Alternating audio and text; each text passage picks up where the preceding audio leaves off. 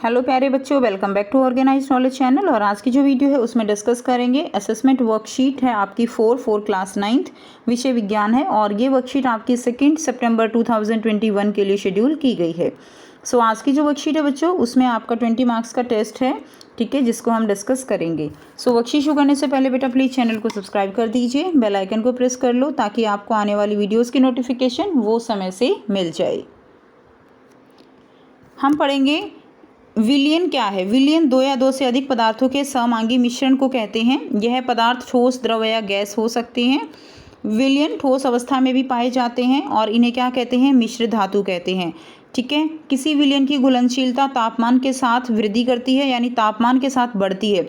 अगर हम तापमान बढ़ाएंगे तो उसके अंदर जो है घुलनशीलता भी बढ़ेगी और भी ज़्यादा पदार्थ को हम उसमें घोल सकते हैं। विलयन की संतृप्तता का स्तर विलयन का तापमान बढ़ने से बढ़ती है। अब देखिए यहाँ पे कुछ क्वेश्चन दिए गए हैं। तो पहला प्रश्न क्या है, निम्नलिखित में से कौन ठोस द्रव विलयन का उदाहरण नहीं है। तो आपको बताना है ठोस द्रव का उदाहरण नहीं है। तो पानी में नमक यहाँ पे ठोस द्रव का उदाहरण है। समुद्र का जल भी ठोस द्रव है। पानी में शहद ये ठोस द्रव का उदाहरण नहीं है। चीनी का घोल ये भी ठोस द्रव का उदाहरण है। तो सही आंसर क्या हो जाएगा, पानी में शहद, सी जो है इसका राइट आंसर होगा।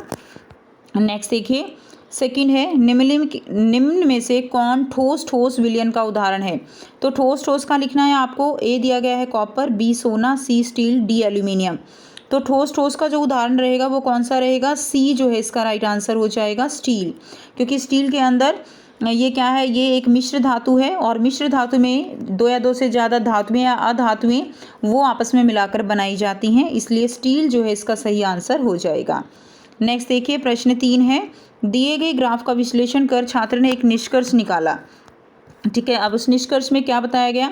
ऑप्शन फर्स्ट है, विलयन की घुलनशीलता विलयन के तापमान के बढ़ने से बढ़ती है। बिल्कुल ठीक है, तापमान जैसे बढ़ाएंगे उसकी घुलनशीलता भी बढ़ेगी।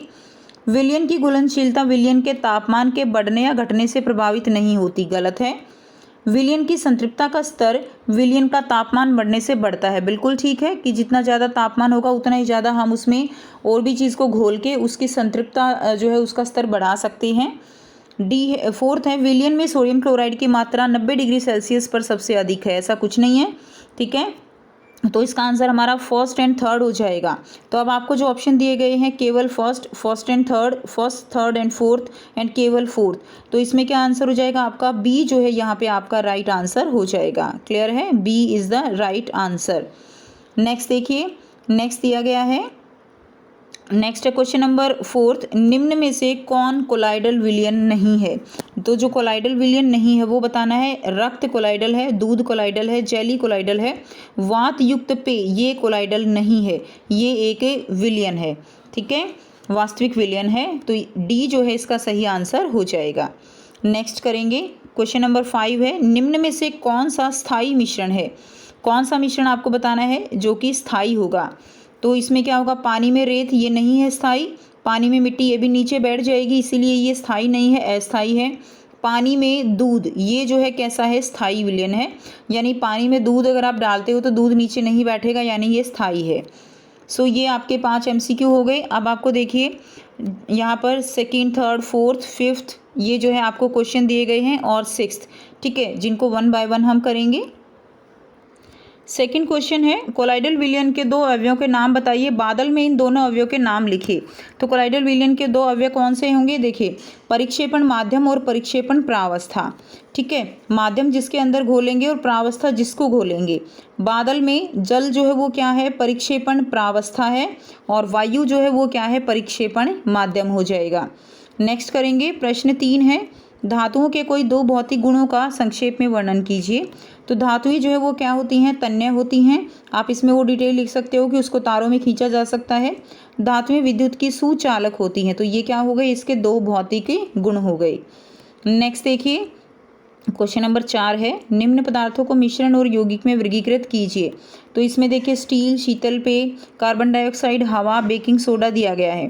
तो यहाँ पे मिश्रण के उदाहरण क्या होंगे, स्टील, हवा और शीतल पेय ये किसके उदाहरण हैं, ये मिश्रण के उदाहरण हैं। और यहाँ पर यौगिक क्या होंगे, जल यानी वाटर, ठीक है, H2O, कार्बन डाइऑक्साइड CO2 और बेकिंग सोडा हो जाएगा NaHCO3। तो ये क्या होंगे तीनों, ये तीनों यौगिक के उदाहरण हैं जिनमें पर्टिकुलर अगर आप बात करें तो एक जो तत्व हैं वो सारे एक जो है प्रॉपर अनुपात में होते हैं, तो इसीलिए ये क्या हैं, ये यौगिक हो जाएंगे।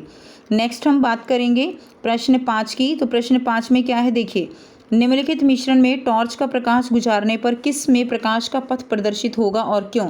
तो प्रकाश का पथ जो है प्रदर्शित किस में होता है, हमने किया था वो कोलाइडल में होता है, ठीक है, और निलंबन में भी हो सकता है अगर उसकी रेंज जो है वो पार्टिकल्स की रेंज 1 नैनोमीटर से लेकर 1000 नैनोमीटर के जो है क्या है 1000 नैनोमीटर के अगर आसपास होती है तो जो निलंबन होते हैं उनके अंदर भी जो टिंडल प्रभाव है वो होता है। तो अब यहाँ पर हमें पहले देखना है कि यहाँ पर जो कोलाइडल विलयन है वो कौन सा है। तो आपको ऑप्शन दिया गया है नमक का विलयन, तो ये कोलाइडल नहीं है। चीनी का विलयन कोलाइडल नहीं है। दूध और पानी का मिश्रण ये जो है क्या होता है, कोलाइडल है। शिकंजी ये भी वास्तविक विलयन है। तो यहाँ पे आपका आंसर सी हो जाएगा, ठीक है। और सी में आपको कारण लिखना है, दूध और पानी के मिश्रण से टॉर्च का प्रकाश गुजारने पर प्रकाश का पथ जो है प्रदर्शित होगा, क्योंकि यह क्या है, कोलाइडल है। क्या है बच्चों, यह है कोलाइडल है। तो ये आंसर आप इसमें लिख देंगे। नेक्स्ट देखिए, नेक्स्ट आपको प्रश्न 6 दिया गया है। आपको 3 बीकर दिए गए हैं। 3 बीकर कौन से, ए बी सी, ठीक है। इनमें से एक जो है क्या है, विलयन है और बाकी 2 कोलाइडल विलयन और निलंबन है। तो इनमें से कोई एक जो है वो क्या है, वो वास्तविक विलयन है और बाकी एक कोलाइडल है और निलंबन है।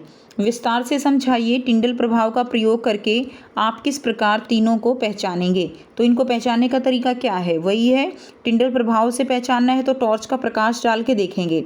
तीनों बीकर पे हमने क्या किया, टॉर्च का प्रकाश डाला। अब टॉर्च का प्रकाश डाला तो जिसमें पथ प्रदर्शित नहीं होगा वह क्या होगा, विलयन होगा, क्योंकि उसके जो कण हैं उनका आकार जो है वो कैसा होता है, उनके कणों का आकार छोटा होता है, 1 नैनोमीटर से छोटा होता है, इसीलिए वो प्रकाश का पथ जो है उसको प्रदर्शित नहीं करेंगे और वो क्या होगा, वो विलयन होगा। अब जिसमें पथ प्रदर्शित होगा वो कोलाइडल और निलंबन दोनों हो सकते हैं। अब उनको थोड़ी देर के लिए हम रख देंगे, ठीक है। और जिसमें कण नीचे बैठ जाएंगे वो तो निलंबन होगा, क्योंकि निलंबन में जो विलयन बनता है, ठीक है, जो मिश्रण होता है वो अस्थायी होता है, यानी उसमें कण जो है वो कुछ देर बाद नीचे बैठ जाएंगे, जैसे पानी में मिट्टी जो है वो बैठ जाती है, और तो वो क्या हो जाएगा, जिसमें नीचे बैठ जाएंगे वो तो निलंबन हो जाएगा। और दूसरा जो होगा, जो कि जो पथ को प्रदर्शित कर रहा था लेकिन वो स्थायी होगा, जैसे अगर पानी में दूध डाले तो वो स्थायी होता है ना, जो दूध के कण हैं वो नीचे नहीं बैठते, क्लियर है। तो इस तरह से जो दूसरा रहेगा वो क्या होगा, दूसरा जो है आपका कोलाइडल हो जाएगा।